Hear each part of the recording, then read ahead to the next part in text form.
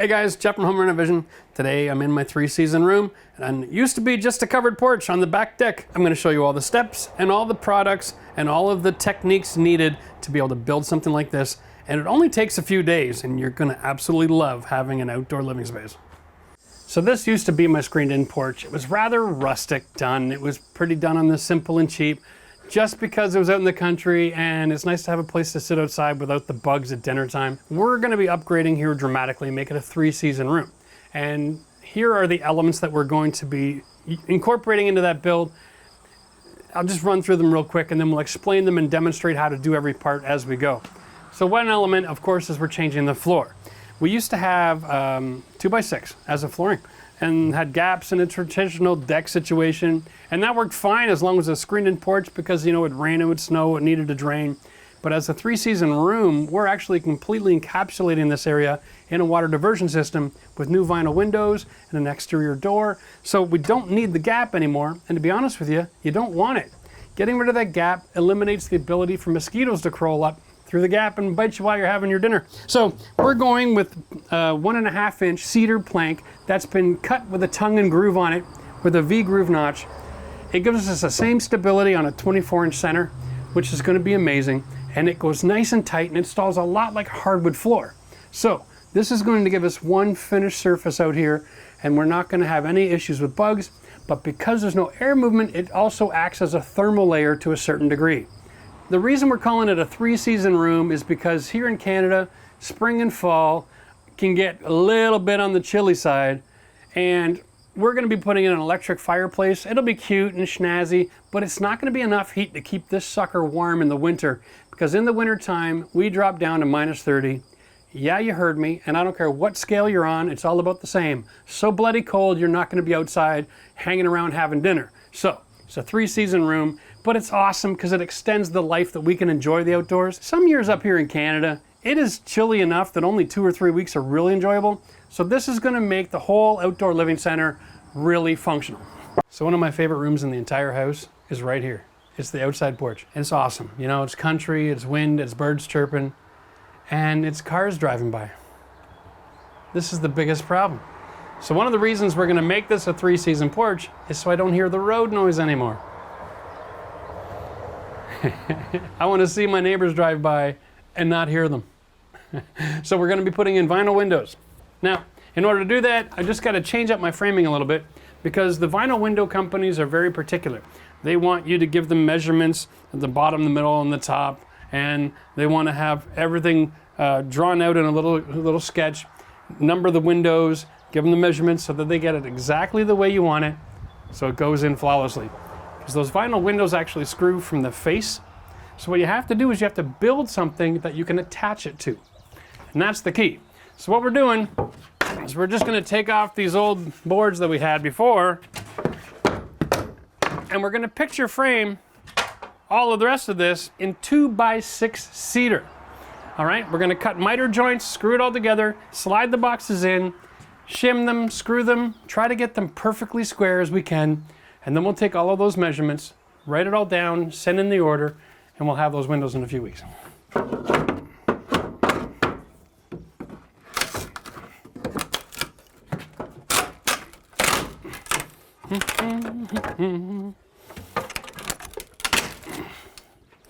So the good news, this was all Brad nailed together. That makes my life easy.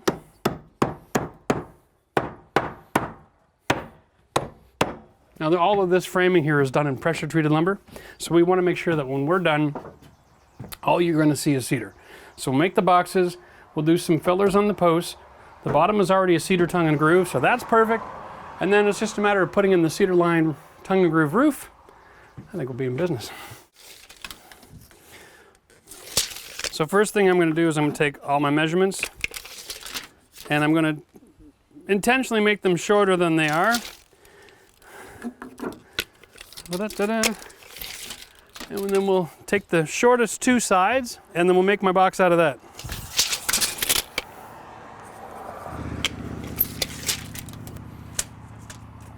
Nice. That's not bad. The only thing I want to do now, because the measurements are all the same, I want to make sure that it's square. So I'm going to go get my framing square and double check. Here goes everything. Not even close. Okay. Yeah, that's dramatic.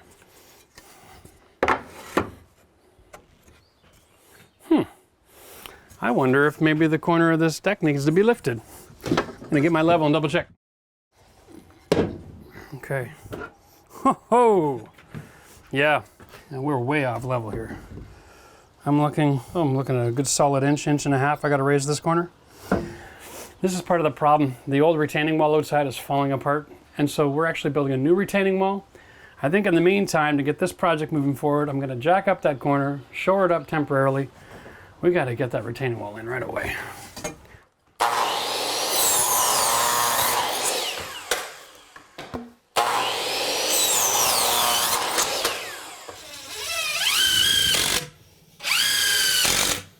So when you're building frames like this, just consider one thing. Always keep the surface flush that you're attaching your window to. 2x6s that I'm framing with, no matter where you get your cedar, it's all gonna be different sizes because they cut it before it's kiln dried. So every little piece of lumber is gonna be a little different dimension. So always make sure that the side that you wanna be waterproofed or water resistant is at least on the outside is flush with each other. Because we took the measurements and then we mitered the joints, all the outside corner measurements here should be similar to what's there. And I took a hair off, so make the installation easy.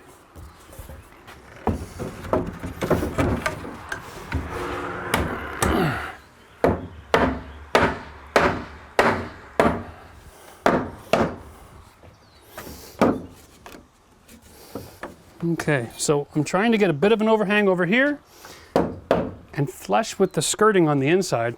That way there's room for me to put some flat stock trimming all around. I am loving this.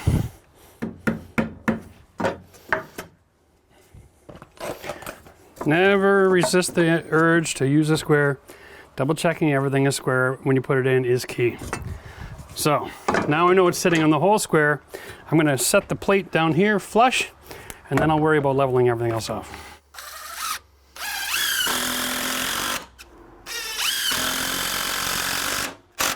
One of the things we did when we started this project, we pulled the old siding off this wall, and this is the original cedar siding.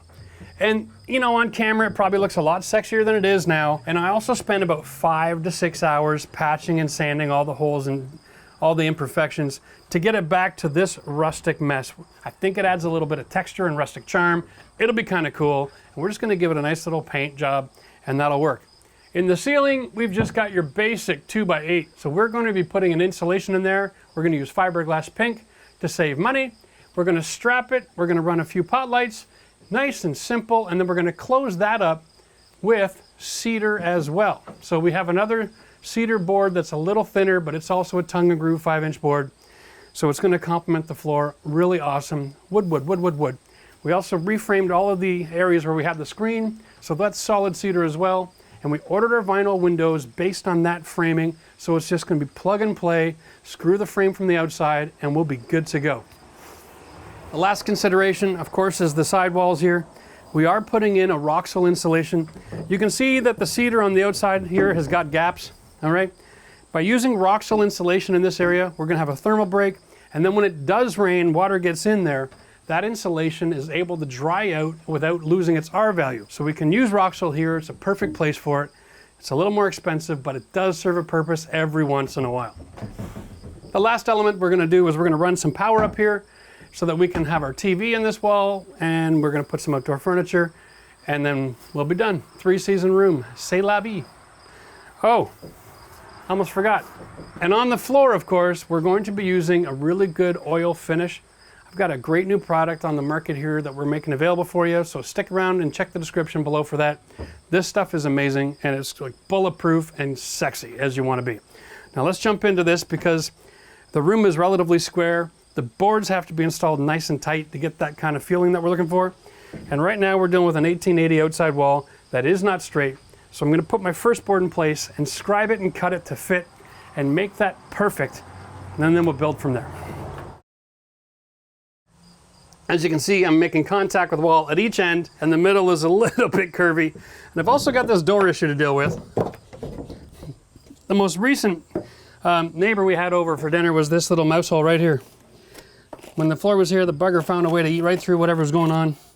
So what we're gonna do is we're gonna scribe the wood so that it goes right up to the sill plate. And then we're gonna pick up an extension for this as well so that we can eliminate that problem in the future. So we're gonna take a block that's constant. And because wood's not straight, I'm gonna make a mark. I'm gonna try to keep my pencil on that mark. And I'm just gonna pull it along, and that'll create a cut line for me. And then out here, okay, I can just mark that I'm going back to the house, trace that in. All right, and you can use this technique for scribing just about anything. Around rocks if you're installing a deck. Window jamb extensions that are all wonky because they installed the window on a crooked line. It's just a great little technique. Also a great way to mark tile when you're installing flooring. There we go. All right, now that that's done, we'll be able to cut that away and I'll be able to install that snug as a bug in a rug.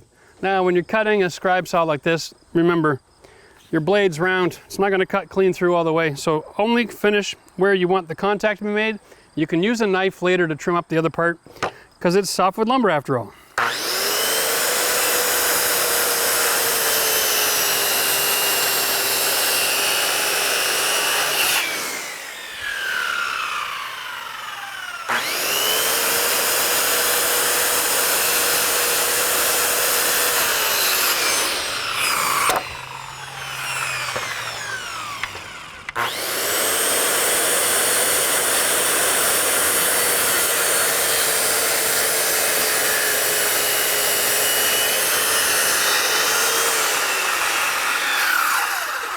And just a little tip when you're using a circular saw, look through the window here where your blade starts and make sure that's on the right side of the line. And once you've started, then keep your eye on the tip right here. This is what you're looking at, not at the blade. Once you get started, that's already a straight line. You want to make sure that you keep on the right side of the pencil here and your rest of your cut will be perfect every time.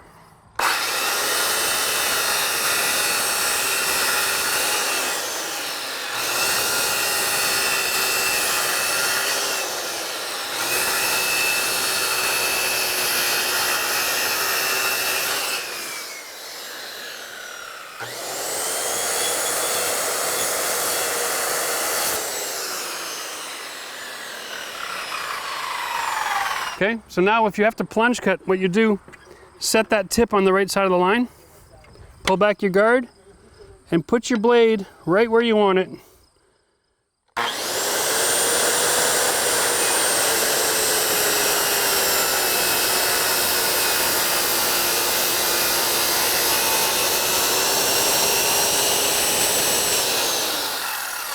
Watching right over here, making sure you're not cutting into the good wood before you plunge through. And once you got that established, you're good to go.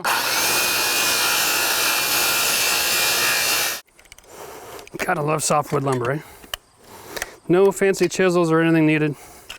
Just a good old-fashioned knife. Nice. Now these are the camo screws. This is freaking brilliant.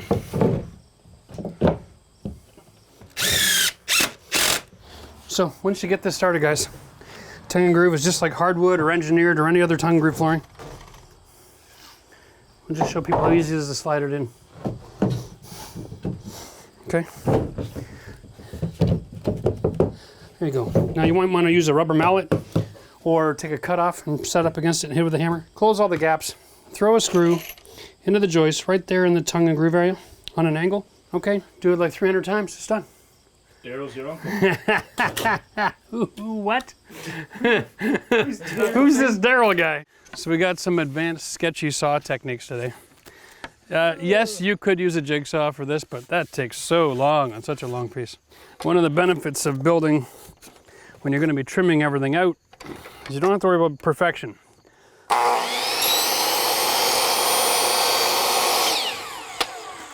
It's all about close enough in production in this case.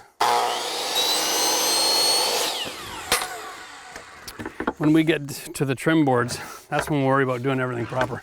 We just take it off the guard. And the idea here is, if you look down, through the hole that you cut, you can see the saw blade. And so you want to line that up where you want to cut. Try to make your wood somewhat square to everything. All right.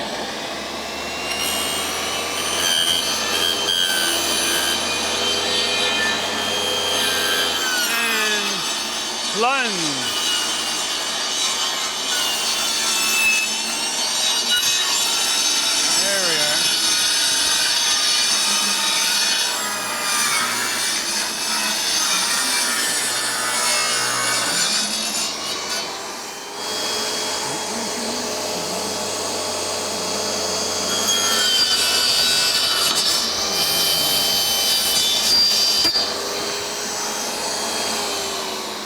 Ta-da!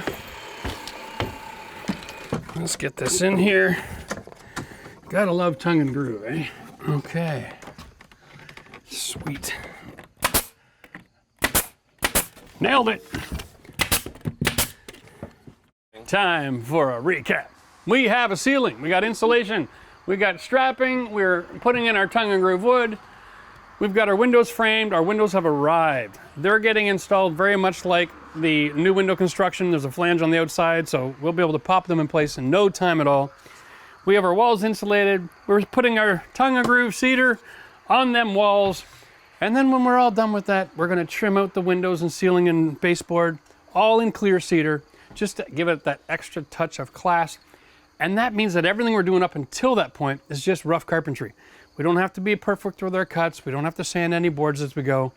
It makes this very much a production-oriented environment. So if you're doing this kind of work at home, think about your finish going, if I picture frame and just trim out all of my cuts, I don't have to spend all day long making sure I'm cutting the wood the right side and the angles and trimming and sanding. It makes things a lot faster. Now, we are going with just brad nails here because, well, let's face it, it's just a 3-season room, right? There's not going to be any weather going in here anymore. So we don't have to go overkill. We just got to get it installed so it looks pretty. Use a level when you start every corner in case something isn't working right. This corner actually was a little out of level, so we pulled the bottom out. And then just close everything tight as you go. If you're going to be buying product like this, make sure that you buy a higher quality product. This stuff isn't warped or cupped, or it's just in great shape. It's really clean, doesn't have a ton of knots. And it's nice and thick. This is a, is that 5/8 or 3/4? I think it's 5/8.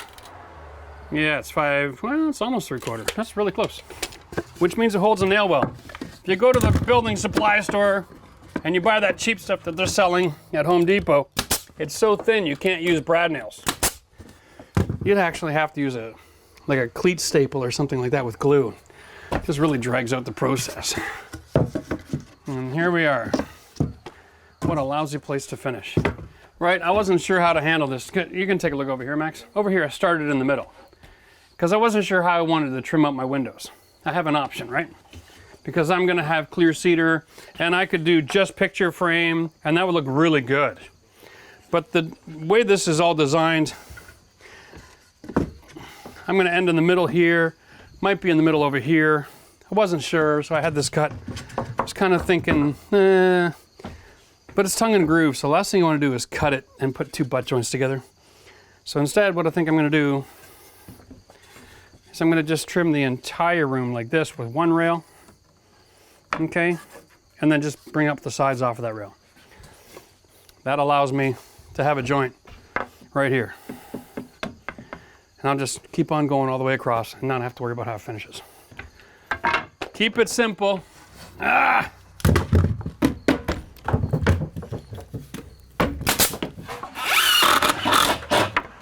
Oh, that's better. All right. When I put these windows up, I just tacked them in place. Now that I got cedar, I'm just gonna line it all up nice and flush.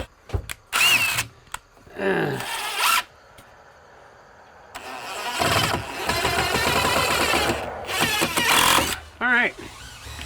There we go.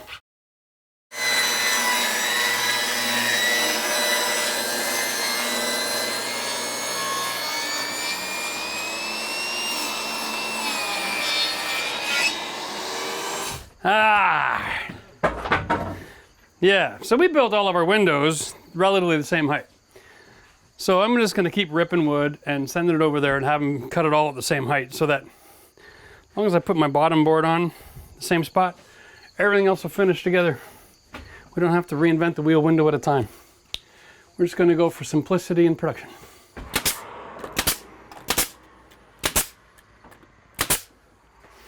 All right, now I'm gonna leave this furry end here from the cut exposed. When we're all finished, I'll run around with the palm sander and give everything a little lip. Little nick, little love. We're looking about a 1/2 inch gap there. Beautiful. Now, when you're short on supplies like we are during COVID, you just cut everything in half and you get twice as much. Seems to work. Yeah, I can live with that. What do you think? Yeah, really, eh? Well, you can go back to where you came from then. Looks good. No, it looks good, Dad. I'm joking.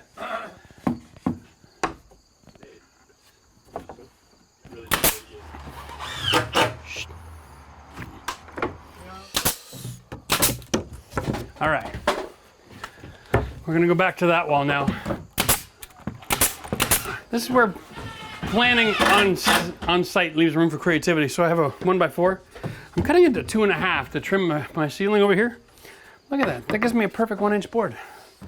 So when you're thinking about what to do, always think about your cutoffs and where you might be able to use it, because this makes a perfect ceiling trim, right?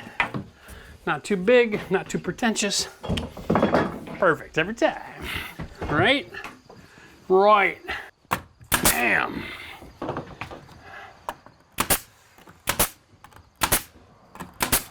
This is a perfect time to make sure that everything is flush and mounted properly.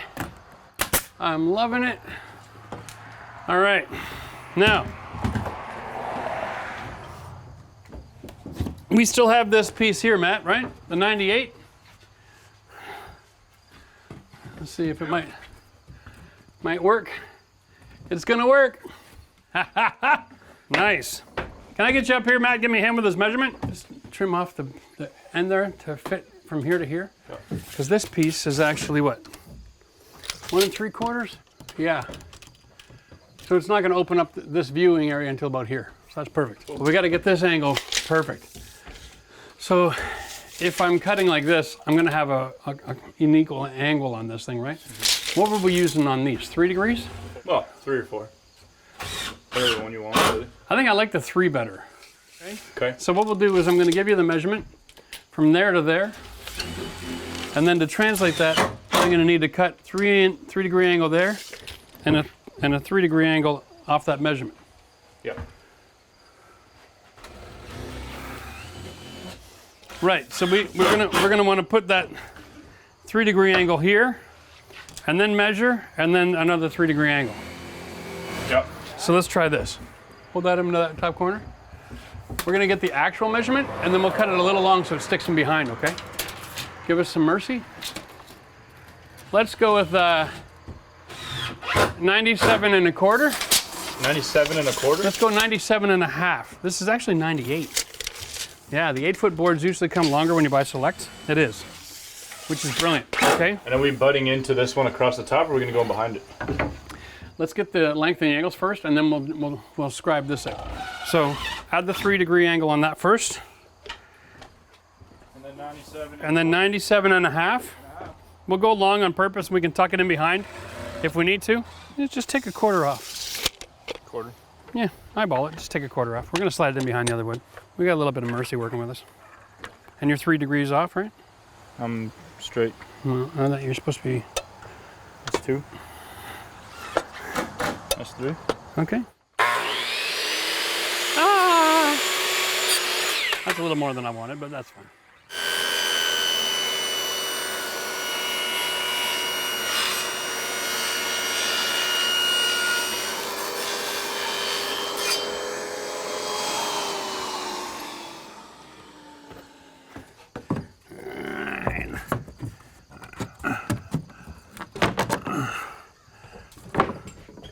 Like a glove. Yep.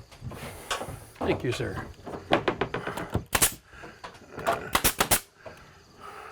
That's close enough for me and the girls I go out with.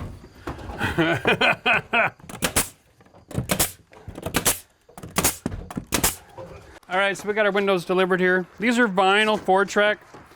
That's the window. Wow, that's nice. Yeah, it does look nice.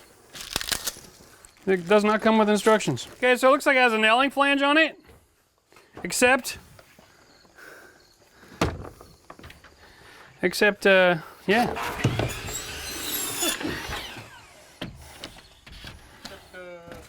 Except, I don't know what a nailing flange is. goes in like that. We'll deal with the excess screen in just a second. It's nice. I won't need to leave that laying there. That's gonna look stupid.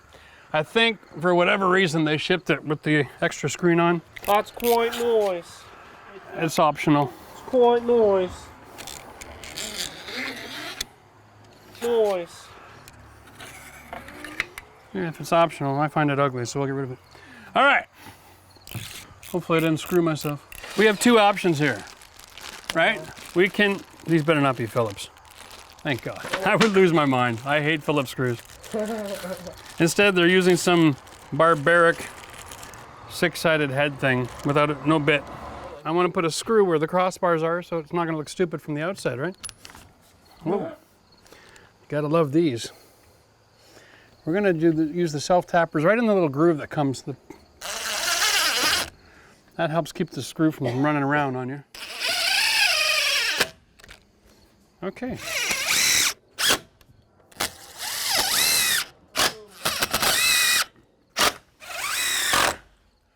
Right.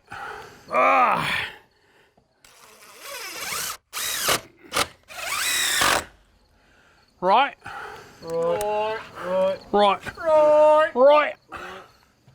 Right.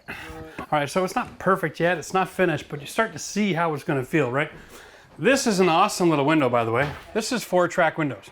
So right now, what we're looking at is 4 sections of window on 4 different tracks. All right, it's a full screen on the outside.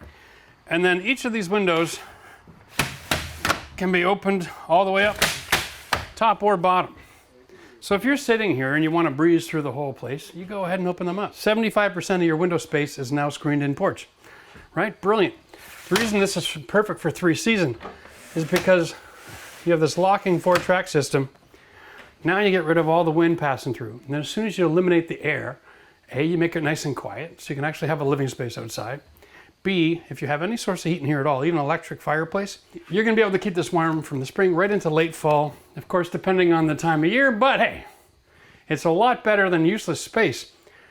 When it's a screened-in porch, really the only time you can use it is just during the day, but as soon as the evening starts to come in, the mosquitoes are everywhere, and it's a write-off. So this way, having everything sealed up in the floor, insulated in the walls and ceiling, 4-track window system. We're gonna put a door on tomorrow and you're gonna get to see that. It's gonna be a full glass storm door. We'll get that installed, trim the rest of this out, paint the wall, hang our TV and our fireplace. Mwah! This is gonna be paradise. The other thing about this is the glass section. It's not glass, it's vinyl, okay? It's almost impenetrable. I was at a trade show a few years and I saw the guy put his hand through this right up to his wrist. And after about a minute, it had all tightened back up and took its form again. So it's virtually dog and kid proof. But having said that, yeah, just check this out. Try that out, Nate. Just put your hand in there and push it in about an inch. Cool, huh? No, we don't risk our luck here because I bought these myself. Yeah, But that's awesome, eh? So now we get a lot more air reduction as far as drafts in here. They're almost eliminated. Like, that's pretty cool. yeah, nice. It smells like a cedar closet. So what we're gonna do to finish this off is we're just gonna use a couple coats of a simple polyurethane. All right? And then Bob's your uncle. I'm liking it. What do you think? You just need a couch. Yeah, well, you know. Now listen, if you're doing a 3-season porch project kind of like this and you're interested in doing your own furniture, then I'm gonna suggest a couple other YouTubers that I like. I follow Brad Rodriguez from Fix This Build That. I think he's out of Nashville. He's got some furniture making videos. And also our friend Mike Montgomery down at Modern Builds. He did a bunch of homemade furniture. So if you wanna see stuff like that, check out their channels. We'll put a link in the description, why not? Listen, they do great work and they do a lot of woodworking type videos. So happy to send some traffic their way. Check them out, okay? I like their stuff, you will too. So the next element that we're gonna be covering here is the door. Now, I'm not putting in a regular exterior door. I'm just gonna use a storm door. And traditionally, storm doors just have an aluminum trim, both sides across the top, nothing on the bottom. So, in order to do this and have a very similar kind of feel, I'm gonna do a same 2x6 frame for the door as I did for the windows. That gives all my interior and exterior depths all the same, so when I go to do all my finishing work, it'll work out right. What I don't have is the perfect dimension. So what I'm gonna do is I'm gonna open up my door first. I'm gonna measure off how wide it is, and then I'm gonna cut everything according to what's in the package, instead of me trying to figure out how to install that on something that I framed. Knowing the end from the beginning is the key here, right? So forget about all your instructions, because this door is designed, you buy the same size storm door as the front door width, which is confusing. But there is a trim here. Yep, this comes out at 33 3/4. So we're gonna make the header 34 plus our miter joints. Inch and a half is 37. We'll do 37, we'll miter the joints, and then our height. So here's my length. I'm at 79 3/4 on the metal. So I'm gonna make my cedar just a little bit longer than that. So I have just an extra 1/8, so I have a little bit of mercy there. The sweep on the door, if I back the screw off, you can see the slide gap. I can actually adjust that a full 1/4 inch. So we'll install it like this for now, and then after we're all done, then we'll set the sweeper, okay? So for now I'm gonna go 80 and then the miter joint. So I'm gonna go 81.5 on my length, and I'm gonna go 37 on my width. Miter it all, screw it together, shove it in, and then we'll get going. So this is my cedar. Now, I'm also going to save the other half of the cedar, because right where this door goes, I'm transitioning from 1.5 inch tongue and groove cedar for the floor inside the porch to the 5/4 board, which is actually 1 inch. So I do have a 1/2 inch difference. So I'm going to take the other piece of cedar, run it through the table saw, make a piece of reducer out of it, basically. And I'm going to install it where the door closes so that it doesn't become a trip hazard.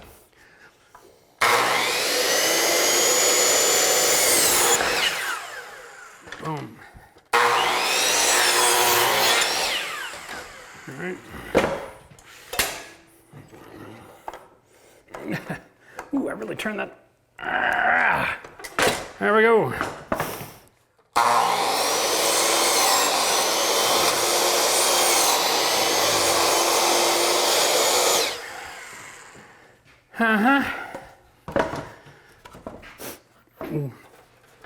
Cutting a 2x6 on a miter is never an easy project. I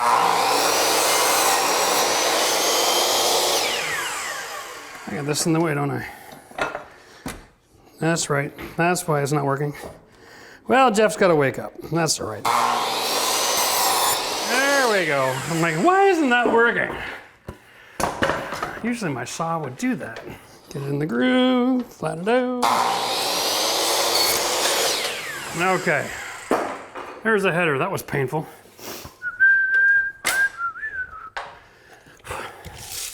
If you're not sure, you can always go measure again. But 80 was the height of the door. 1.5 represents the thickness of the wood. Throw a miter on that. We should be fine.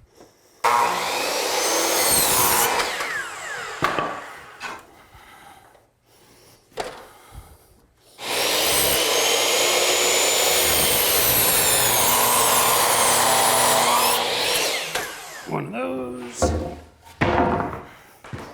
Oh, I love the smell of cut cedar. All right.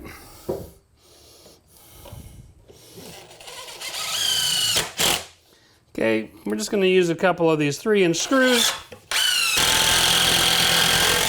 Tie all this together. And then we'll stick it in the hole. Ba-dum-bum-ba-dum.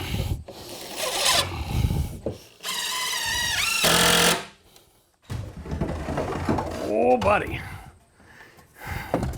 Okay, I think I'm gonna start with here. I gotta keep this from falling over and hitting the camera.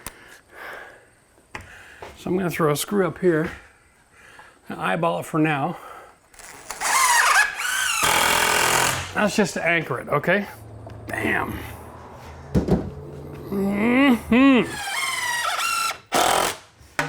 So because I framed everything with 2x6 and I'm trying to keep consistency, I can just put this across all my window and door frames, make sure they're all lined up. And, oh, bugger. Okay. I'm not left-handed. Oh, I'm also saying mean things about my tool right now. Maybe it's just not what it used to be, Max. I have a plan. I'm gonna switch drills. Here we go. That drill I've been using for the last 5 years on everything that we've been shooting. There we go. The lights are dead. Doesn't have the same power it used to. There we go. Look at that, right out of the box. Yes, you can buy replacement tools without any batteries, a la carte. And they're like on $99. So you go onto the DeWALT store on Amazon, follow our link in the video description. You can buy anything from DeWALT without batteries. Ready to roll. Oh, wow, so much power. I have to get used to that. I didn't know it was gonna be so different. Woo-wee. Okay, that was quite an experience. Okay. Now the rest of the door should just screw to the surface. Relatively simple. So I've got my frame roughly installed. I like having flexibility because I can adjust things as I go. The secret to installing a storm door in this scenario is you want to have the interior of the frame right up against your hinge side, and the hinge side has to be nice and plump. We have all those scenarios, so we're going to install this. Oh, look at that. It opens up and becomes a screen. Nice. Let's get rid of that before I wreck the screen. Now, I'm using vinyl flooring as a shim here. So my door will open. I'm just going to hold it in position and then put a screw in the middle at the top. Now the package came with some Phillips screws. God help us all. You know how I feel about that. So I grabbed my own screws. There we go. Now it's held in place. Just finish screwing this down on the hinge side, and then we'll work with the outside and adjust the jamb till it fits perfectly. This is too easy. You know, if every door and window in the world was installed like this, it'd be a much better place. Hoppa. Dude, this new drill's got so much power. Is that latch? Looks pretty good. I'm gonna go get a door handle for it now. Okay, let's talk about features and benefits. Missing damaged parts, homeowner service. Oh, really? This ought to be fun. Make sure you have it up all the way. For additional information regarding Anderson Storm Doors, visit our website at www.stormdoorcentral.com. There you will find frequently asked questions. Here's an opportunity for some marketing plugs, right? Our online parts store. Frustration levels going up. To help us serve you better, Answer the phone. please have your door serial number available. Right here, on the door. Where do you think I got the number? Your door. Told me to look at the door. We invite you to participate in a survey after your call. It should only take a minute. I invite you to answer the call. Thanks for calling the Anderson Storm Door Solution Center. My name is Frank. How can I help you today? Yeah, hi. I just over here trying to install my door, open the box, and there's no handle assembly for it. Oh, I'm sorry to hear about that. If you're missing the handle, and I'll be more than happy to replace that. Do you have the serial number of the door? So I can check on it. My code here is 002. You have to purchase the handle separately. So it doesn't come with the handle. It's going to be the door and the other parts. Let me get this straight. I just bought a $400 storm door, and it doesn't come with a handle? Yeah, it shows up here actually. That's why that doesn't come with the handle. It's supposed to be separate. Well, you're right. It says so on the box, in the ever so fine print. Thanks, bud. Here's one of these consumer advocate moments. I just want to reach out and strangle somebody. Not the guy on the phone. He was fine. He's doing his job. He's representing a company that sells you a black storm door without a bloody handle. Literally, it's just a thumb depressor. Anyway. Now I can't finish the installation today. Now I've got to find a way to secure this door so that it doesn't get slapped around by the wind until I have a chance to go back to the store and buy a handle. Damn it. Really? What do you think I'm gonna do? Buy a white handle? It's a black door. Put the handle in the damn box. You know, I should have seen this coming. The first thing they have in the product literature is stop, don't return the door to the store. Trust me, we know there's no handle and you're extremely pissed off right now. Just give us a call and we'll mail you one.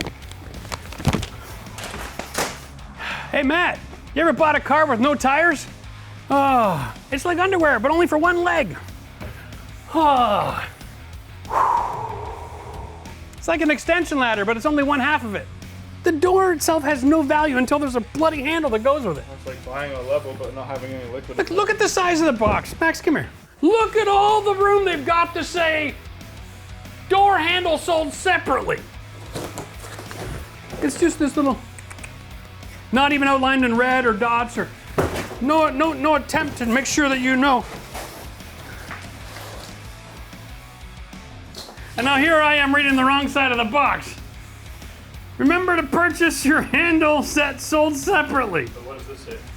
Easy oops-proof installation. So the phone number to call them when you're mad and pissed off is bigger than the instructions. Why didn't this get in a big box? Why didn't they put it on both bloody sides? God. Yeah, it's all my fault, I know it. I'm mad at myself. Sorry, Anderson. Mad at myself because I should have been thinking like every other homeowner in the world. You buy a freaking storm door, the handle comes with it. Dear Lord. Going back to the store this afternoon. If I show up at Home Depot, okay, and they have a white one and a black one available, then I'm not editing out all of my rage, because that is just insanity. All right? It's like selling a pencil and the lead sold separately. God, frustrating. All right, so one of the details you want to take care of whenever you're enclosing or even adding an exterior door is you finish trimming it out, but they sell something called a sill extension, okay? And what it does is it takes the basic here that comes in contact with my deck flooring, and there is a gap, and we actually had a mouse drill a hole down through there earlier. What this does is it latches in, okay? And it extends this out to the face of this, which is brilliant. We're just gonna take this measurement, cut this on my chop saw, 31 3/4, and I'll come back and stick it in.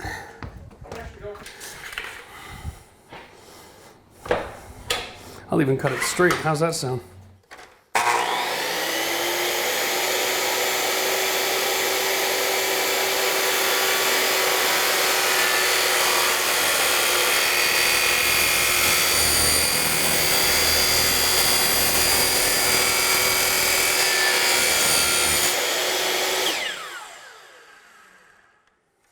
So here, so you see the profile here. That ledge is actually going to go in the existing edge right here. And the problem is the fact that this sill has actually gotten a little bit abused over the years. It's a little warped.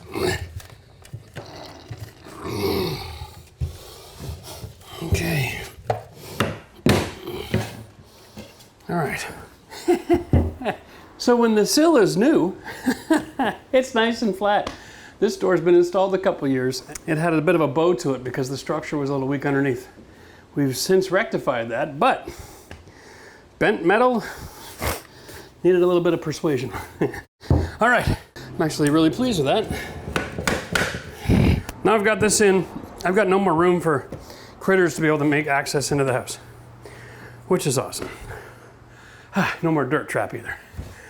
All right, so now we're just gonna put on our door closer. This is a newer assembly. It's the kind that has a push button. So it's all on the bottom here. There is no chain at the top of the door. Those days are gone, right? So now they're all sleek and sexy. The installation is actually pretty simple. It's all done by eye. If you read the instructions, in this case, we're using this line here.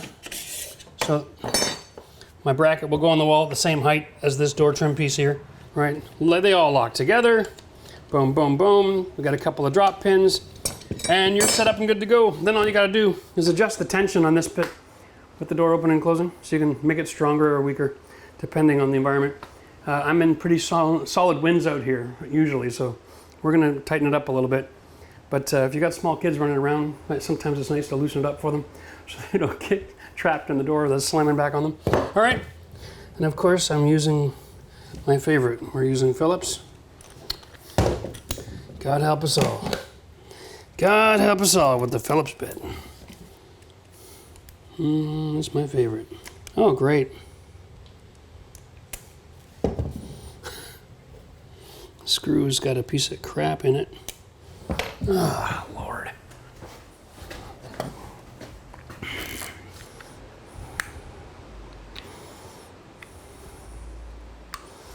Doesn't appear that it was trying to break out.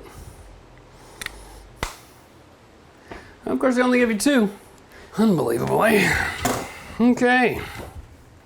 Well, that's going to make the door work a hell of a lot better, isn't it? Put that screw where this one is because it's the most important one. And then we'll figure that out later.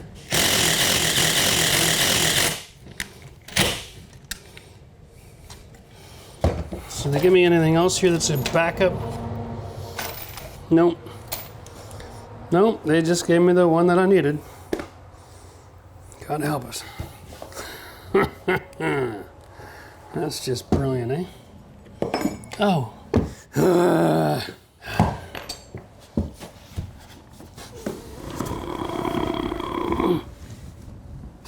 Okay. Well, that was the good news, eh?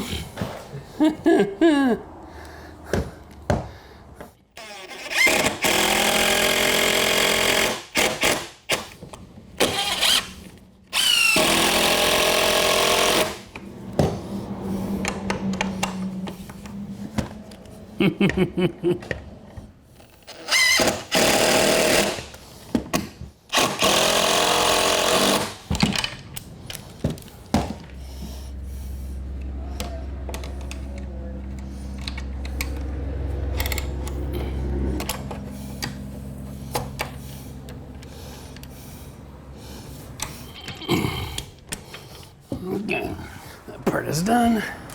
For the screen, this has a lock mechanism on it as well. These holes are pre-drilled.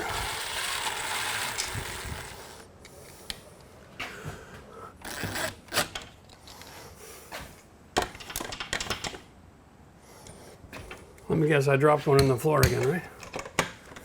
That's why I love Phillips so much. You need 3 hands to do anything.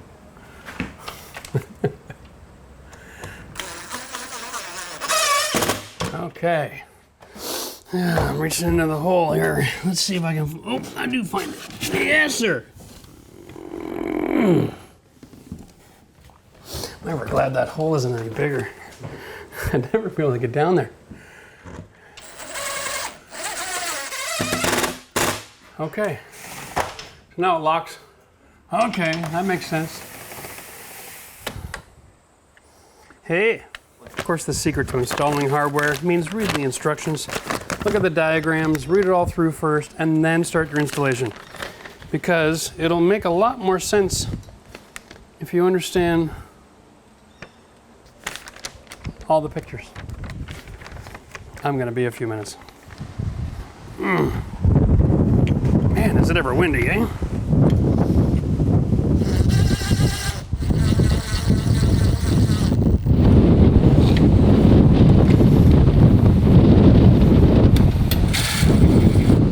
The weather never agree with us.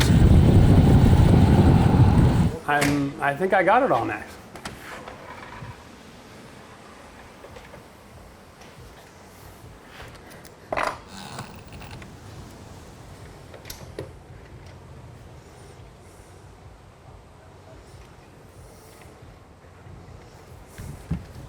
Maybe the other way.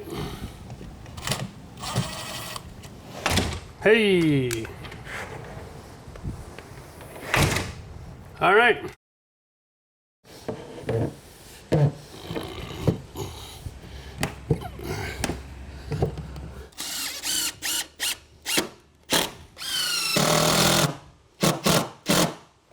Yeah, so this company sent us an electric pressure washer. So I'm leaving my gas one downstairs today and I'm trying this bad boy out.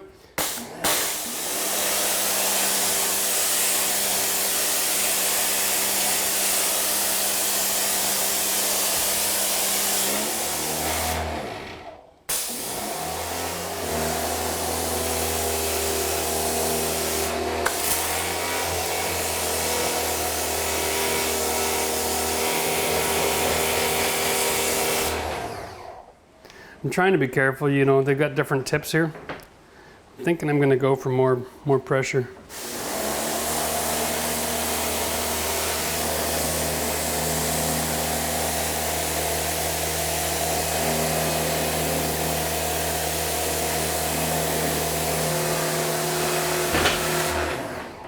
Very cool. Well, that's not a bad little tool at all. You know, I mean, if you're in the market for something to kind of wash around your house and do general maintenance, that'll work. It'll take the gray off the cedar, a little slower, but you can also buy a special cleaner that'll help make that process a lot easier. So all in all, not a bad tool. Probably a good investment for the price for a lot of homeowners. All right, guys, it's not very often I do something like this, but this company has been around for a little while and they make some pretty decent toys. So if you're looking for a low-cost product, this is the way to go. It's 140 bucks. That's regular retail in the United States. If I liked it, I was authorized to give you a 20% discount. It's also free shipping. So check out the video description. You can find out how to take advantage of this opportunity, all right? Not bad, all things considered. It comes with a 2-year warranty too. So it started up great, it works great. I love some of these features and benefits, how they keep the nozzles here for you, right? Really easy to assemble. It was just click the top part on, 2 screws, nothing to it. Like, pretty solid little machine. Anyway, now I gotta wait for this to dry so I can get on to finishing all of this work up. A little bit more trim work to do and we're almost there. So we're working on our 3-season porch here today. I've got this brand new product from Germany. I've got a distributor who's making it available for all of you guys. But before I give all the details, I wanted to try this thing out. Make sure I'm happy with it. I'm doing a couple of crazy things. So let me just go through the products here. We're doing 3 different applications here, okay guys? I'm using the new Wagner stain sprayer machine that I picked up so that I can spray all of my vertical surfaces in the cedar and get in all the nooks and crannies. And I'm also going to use a brush to do all the finished trim work around the windows. And then I've got this awesome tool here from Osmo. And this is for doing the floorboards. So it's 1 board at a time, right into the grooves. That ought to perform really well. Looking forward to trying that out. And then, once all of the walls and floor are stained up, we're gonna leave the ceiling dry so that we get that constant cedar smell in here. I think that's gonna be really cool. But these things are gonna be subjected to different levels of moisture at different times of year. So we wanna make sure that we're not gonna have a lot of staining happening and be able to control that environment. So let's start with the sprayer and see how this sucker works. This thing's got a couple of different settings. It's an airless sprayer. Just works on a pump. So I've got it mid-volume, mid-width. This is on. There we go. And then we got trigger. I got the nozzle set so the spray will go wide. And we're gonna give this a shot.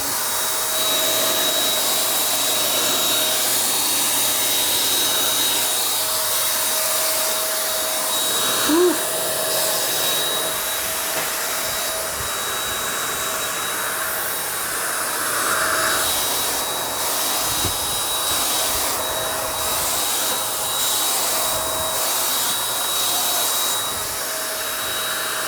Wow. So, you know, the spray machine does a really decent job, but you're gonna want to use the brush to cut in to the windows, right? Obviously. Wow, that's a nice coat there too. There we go. Cut into the windows. Fun thing about oil is you can forever and a day just keep pulling it around, right? And you just drag it and go until it's dried right out. And that's how you avoid getting drips. Just keep pulling it and pulling it and pulling it until you see it drying out on you. Okay, so I'm going to use the brush to finish all the trimming around the windows, and then we'll do the floor brush and try it on the deck boards. So with oil, you'd start from the top and you pull it down. If you're painting with latex, you start at the bottom and you pull it up. There we go. This will help make sure you don't put too much on and you won't get those big drips on the bottom when you're done. Really happy with this product. Such a nice coverage. It doesn't add a foreign color to the material, you know? Wow. That's just brilliant. People are gonna be comfortable with it. Oh, it just got rained on look. If it looks like it just got covered in peanut butter, it's very confusing. Okay, so that wall's finished now. That was super quick and easy. Nice combination of using the sprayer and the brush. I'm really pleased. So now we're gonna just do the application on the floor and we'll see how well that brush works there. Okay, so we're gonna get a nice little pile of this goo in here. Make sure it's not dripping out. That's the other thing, it's so thick, eh? It's not dripping. Like I just loaded that up and it's not dripping out. Talk about control, eh? All right, let's just start in the corner and we'll pull it nice and gentle. Oh, wow.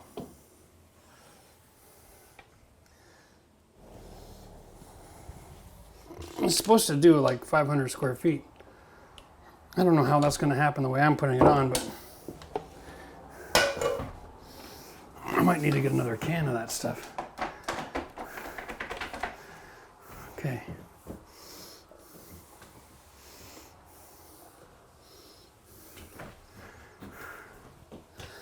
Feel if it looks too wet, you just pull it over again and drag it out somewhere else. Get your coverage, right? You don't want to leave too much on there. Wow. All right, so while Max is here, we're gonna go outside and we're gonna start working on our brand new fire pit dinner table. Okay, that video's coming soon, so make sure you subscribe to the channel. Hit the bell for notifications. Now, all right, I'm gonna pack this up. We're gonna see how this takes overnight and if we're happy with the look tomorrow. If so, then I'm gonna finish the rest of this off. Ay, ay, ay. I'm liking this product so far though, right? And if you've used other oil products that you think are superior than what's being sold at the convenience stores, then by all means, hit the comment section and let us know what you like. And don't forget, when you're working with oil products, freezer bags, throw them in the fridge so they don't dry out. All right, just a quick recap. We're almost done. But instead of painting this wall, we got a brand new idea. Now, there is a company down in Florida, and oddly enough, the guy that owns this name is Jeff as well, and he manufactures these polystyrene panels. And we were in touch with him about getting this product up here because we don't have it in Canada. But if you are in the United States, it's available at your local Home Depot. And this panel is like, it's a faux stone. But I wanted to show you the back because this is all designed with an overlapping locking system. And the back of these panels are incredibly flat. And so all you do if you want to cut this stuff is use your circular saw with a straight edge because the teeth come from the back side. They give you a nice clean cut on the front. You overlap and you install this stuff with PL Premium. Like it's crazy. That's just way too easy, right? Tell me this ain't gorgeous. Okay? And the panels overlap, sorry, yeah, and they lock together. There's no grout needed, there's no nothing. You just glue it and stick it on the wall. All right? They're light enough that the PL Premium actually bonds it almost immediately. Now this stuff here, we're gonna put on this wall. We're gonna finish the whole wall this way. All right? Now the only trick you really gotta know when you're doing this is A, how to finish the ends, okay? So, you need something for the finished edge because when you cut this, you're gonna see the yellow. So what I'm doing is I'm gonna be installing a piece of 1x2 cedar, all right? Floor to ceiling, up against the edge of my door for this to come and butt into. All right? And that's it. That'll be the finished look. I'll cut a straight line and install it. This is about the easiest project you can do because it's just measuring and cutting, basic skills. If you have a square wall and the panels come square, it should be nice and easy to install. Piece of cake. Now, we're gonna jump into the time lapse, get this done, and then we'll do the before and after shots and the final reveal of this video.